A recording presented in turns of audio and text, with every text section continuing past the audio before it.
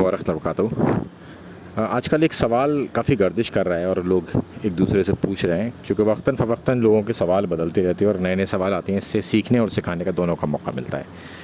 کہ جب ہم سلام پھیرتے ہیں نماز میں تو ہم کس کو سلام کر رہے ہوتے ہیں؟ تو اس کا جواب صحیح مسلم کی حدیث ہے 970، اور یہ جواب ہے دو لوگوں کے لیے۔ ایک وہ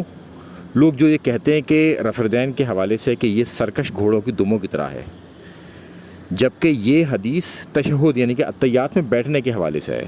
اس وقت لوگ جو ہے ہاتھ اٹھایا کرتے تو ان ہاتھ اٹھانے کو منع کیا گیا ہے جب تشہد کی حالت میں ہوں، اور اس کو مشابہت دی ہے سرکش گھوڑوں کی دموں کے حوالے سے۔ مگر کیونکہ ہمارے حنفی بھائی جو ہیں رفردین نہیں کرتے، تو انہوں نے گھما پھرا کر اس بات کو رفردین کے اوپر لگا دیا، جو کہ قیام کی حالت یعنی کھڑے ہونے کی حالت میں ہاتھ اٹھاتے ہیں، رکوع سے پہلے، رکوع کے بعد، نماز کے آغاز میں اور تیسری رکعت میں کھڑے ہوتے وقت، وطروں کے اندر، دعائے قنوت سے پہلے اور عیدین کی نمازوں میں۔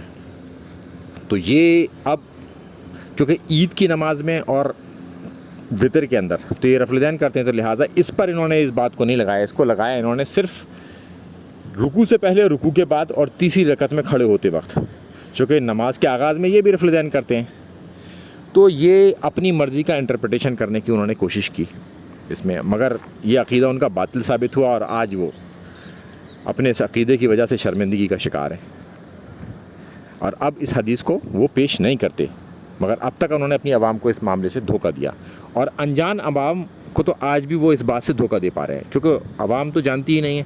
نہ وہ پڑھنے کی کوشش کرتی کہ یہ ایکچوئل میں یہ بات ہے بھی یا نہیں۔ اچھا، دوسری بات جو اب نکل کے آ رہی ہے سامنے، کہ جب ہم نماز کو پورا کرتے ہیں تو سلام پھیرتے ہیں، پہلے سیدھی طرف پھر الٹی طرف، تو وہ سلام ہم کس کو کر رہے ہوتے ہیں؟ تو اس حدیث میں ہی آپ چلے جائیں گے سب سے آخری والی لائن میں، کہ جب اپنے بھائی کو ہم سلام کرتے ہیں، یعنی کہ جو ہمارے سیدھی طرف ہم کرتے ہیں السلام علیکم ورحمۃ اللہ، تو سیدھی طرف جو ہمارے ساتھی کھڑے ہوتے ہیں، ساتھی بیٹھے ہوتے ہیں نماز کی حالت میں، تو ہم ان کو سلام کر رہے ہوتے ہیں، اور جب ہم الٹی طرف سلام پھیرتے ہیں تو الٹے طرف جو ہمارے ساتھی بیٹھے ہوتے ہیں تو ہم ان کو سلام کر رہے ہیں، جو ہم ان لوگوں کو سلام کر رہے ہوتے ہیں وہاں پر جو اس وقت موجود ہوتے ہیں، نماز میں شامل ہوتے ہیں، جو ہمارے سیدھی طرف ہوتے ہیں اور ہمارے الٹی طرف ہوتے ہیں۔ تو یہ جو ہے واضح دلیل ہے اس حوالے سے، اور اس کی اگر لاسٹ لائن کو آپ پڑھ لیں تو پھر اپنے بھائی کو سلام کرے جو دائیں جانب ہے اور جو بائیں جانب ہے۔